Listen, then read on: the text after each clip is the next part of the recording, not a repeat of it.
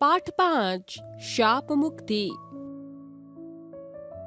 माँ देखिए, बाहर छत के ऊपर 2 छोटे छोटे अंडे हैं। अरे, आपने उनको छू तो नहीं लिया? नहीं माँ नहीं, मैं जानता हूँ मेरे छूने से वे गंदे हो जाएंगे।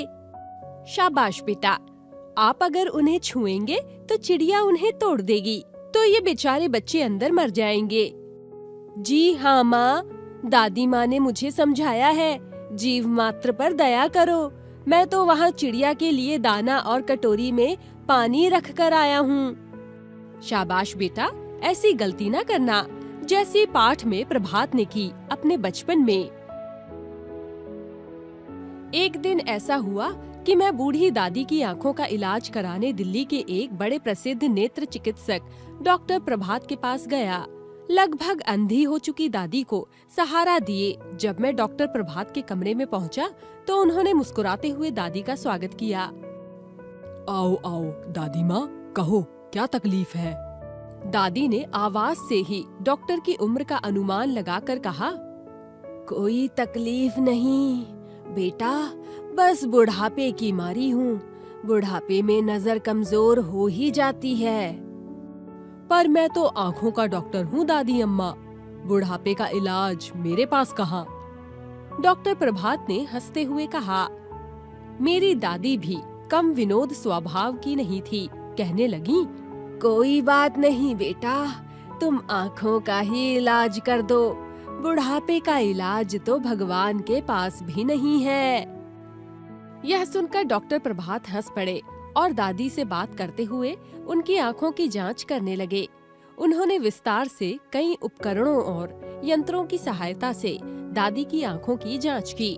बीच बीच में बातचीत और हंसी मजाक भी करते जाते थे। मैं चुपचाप बैठा डॉक्टर प्रभात की ओर देख रहा था। पहले तो मुझे उनकी हंसी ही कुछ जानी पहचानी लगी थी, फिर ध्यान से देखने पर उनका चेहरा भी कुछ परिचित सा मालूम हुआ, लेकिन याद नहीं आ रहा था कि मैंने इन्हें पहले कहाँ देखा है। आखिर जब उन्होंने दादी की आँखों की पूरी जांच कर ली, तो मैंने पूछ ही लिया, आप कहाँ के रहने वाले हैं डॉक्टर साहब? इलाहाबाद का हूँ। क्यों?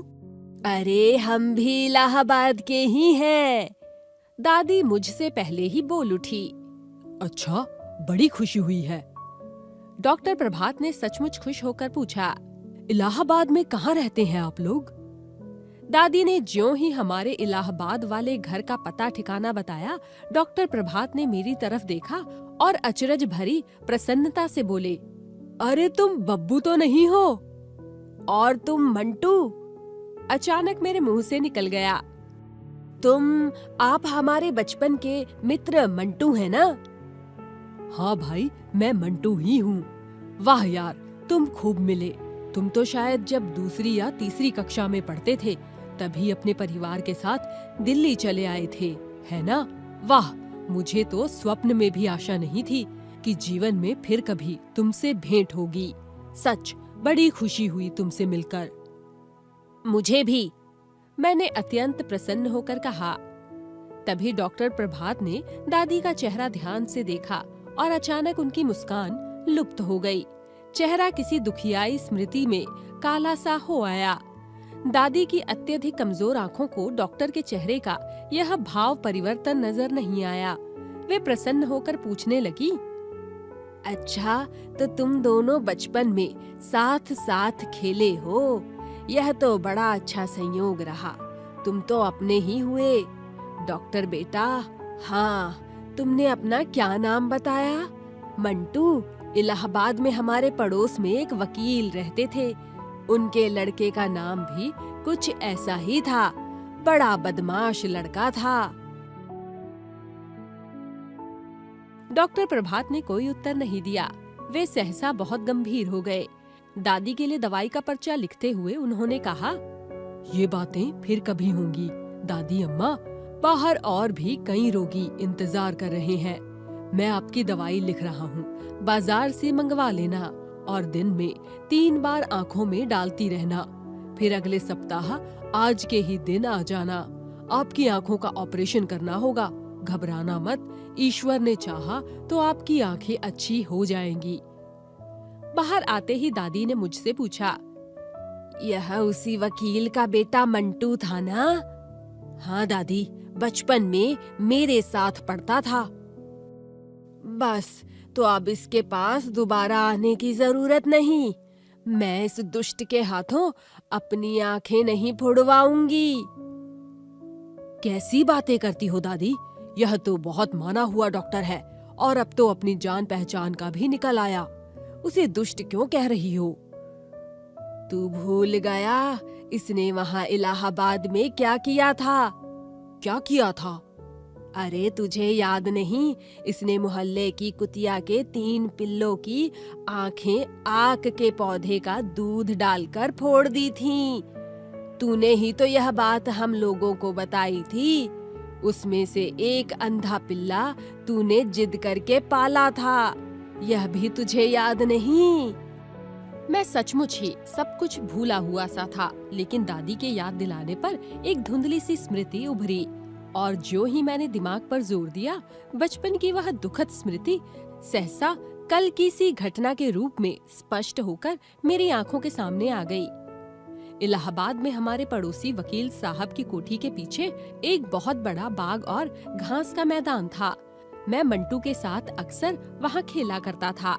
बाग की मेड़ के पास आक के बहुत से पौधे उगे हुए थे। एक दिन हम खेल खेल में आक के पत्ते तोड़ने लगे। उधर से गुजरते हुए हमारे स्कूल के अध्यापक ने हमें देख लिया। उन्होंने हमें डांट लगाई और बताया कि आक के पत्ते कभी नहीं तोड़ने चाहिए, क्योंकि उसे तोड़ने से जो गाढ़ा गाढ़ा सफेद दूध सा निकलता है, यदि आँखों में चला जाए तो आदमी अंधा हो जाता है। यह जानकारी हम लोगों के लिए एकदम नई और विस्मयकारी थी। वास्तव में ऐसा होता है या नहीं, यह देखने के लिए मंटू ने एक प्रयोग कर डाला था। ठंड के दिन थे और मोहल्ले में आवारा घूमने वाली एक कुतिया ने वकील साहब की कोठी के पीछे पड़ी सूखी टहनियों के ढेर के नीचे 3 पिल्ले दिए थे। पिल्ले बड़े सुंदर थे। मैं और मंटू उनसे खेला करते थे।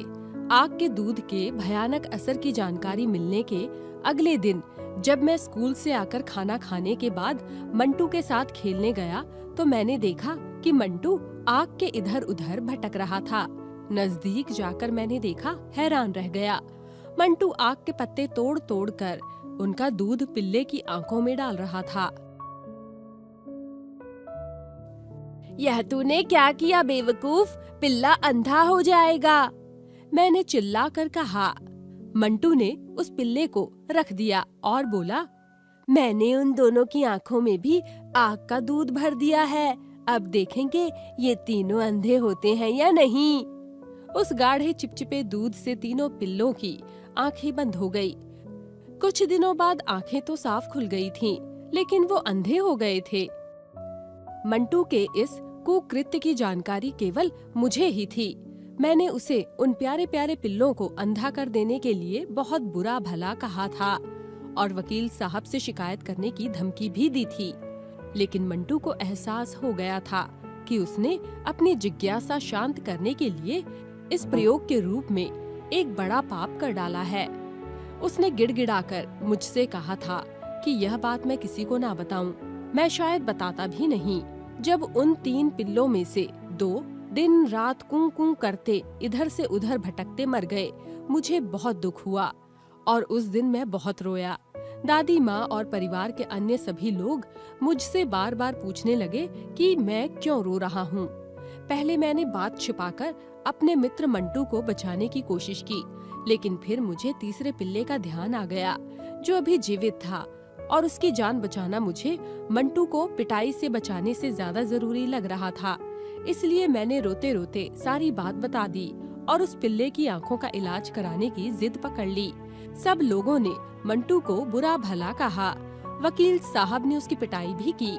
मुझे भी बहुत कुछ सुनना पड़ा, क्योंकि मैंने भी सब कुछ जानते बात को तब तक छिपाए रखा जब तक 2 पिल्ले मर नहीं गए। आखिर तीसरे पिल्ले को बचाने का प्रयास किया गया। मैंने जिद करके उसे पाल लिया। पिता ने उसकी आंखों का इलाज भी कराया, लेकिन वह अंधा ही रहा। माँ और दादी उसकी बड़ी सेवा करती थीं। मैंने भी उसका बहुत ध्यान रखा था। उस समय तो उसकी जान बच गई, लेकिन जब वह बड़ा हो गया, एक दिन घर के बाहर निकल गया और सड़क पर किसी वाहन से कुचलकर मर गया। उस घटना को याद कर मैं हैरान रह गया। बचपन में 3 पिल्लों की आंखें फोड़ देने वाला मंटू आज इतना बड़ा नेत्र चिकित्सक। इससे भी ज्यादा हैरानी की बात यह थी कि लगभग 35 साल पहले की वह घटना, जिसे मैं भूल चुका था, दादी को अभी तक याद थी। निश्चय ही यह घटना प्रभात को भी याद होगी, तभी तो वह हम लोगों का परिचय पाकर अचानक चुप, गंभीर और उदास हो गए थे। लेकिन दादी, बचपन की उस बात को लेकर अब तो डॉक्टर प्रभात का बुरा भला कहना ठीक नहीं। मैंने दादी को समझाने की कोशिश की। अब वे मिंटू नहीं, देश के माने हुए नेत्र चिकित्सक है। दूर दूर से लोग उनके पास अपनी आंखों का इलाज कराने आते हैं। अब तक तो हजारों लोगों को उनकी खोई नेत्र ज्योति लौटा चुके होंगे। क्या इतनी बड़ी सेवा से उनके बचपन का अबोध अवस्था में किया हुआ पाप अब तक धुल नहीं गया होगा? कुछ भी हो, मैं उससे अपनी आंखों का इलाज नहीं कराऊंगी, दादी ने निश्चय के स्वर में कहा।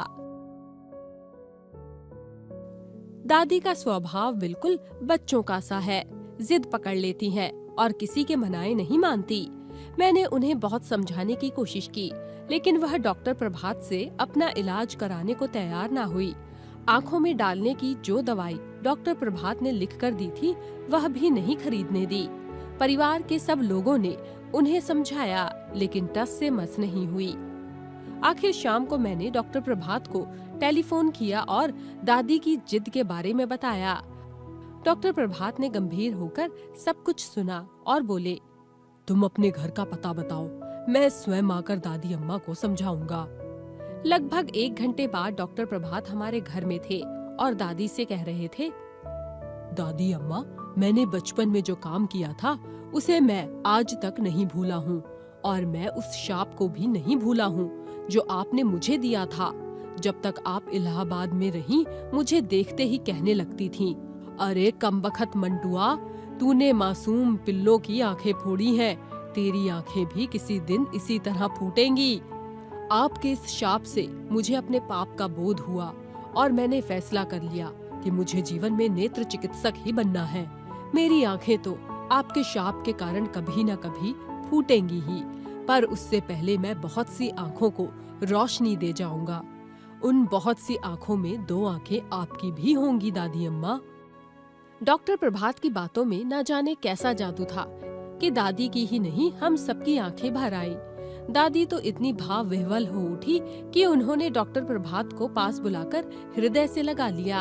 उनके सिर पर स्नेह पूर्वक हाथ फेरते हुए उन्होंने कहा, जीते रहो मेरे लाल, तुम्हारी आंखों की ज्योति हमेशा बनी रहे। इसके बाद दादी ने मुझसे कहा, अरे बबुआ, तेरा बाल सखा आया है, इसकी खातिरदारी नहीं करेगा?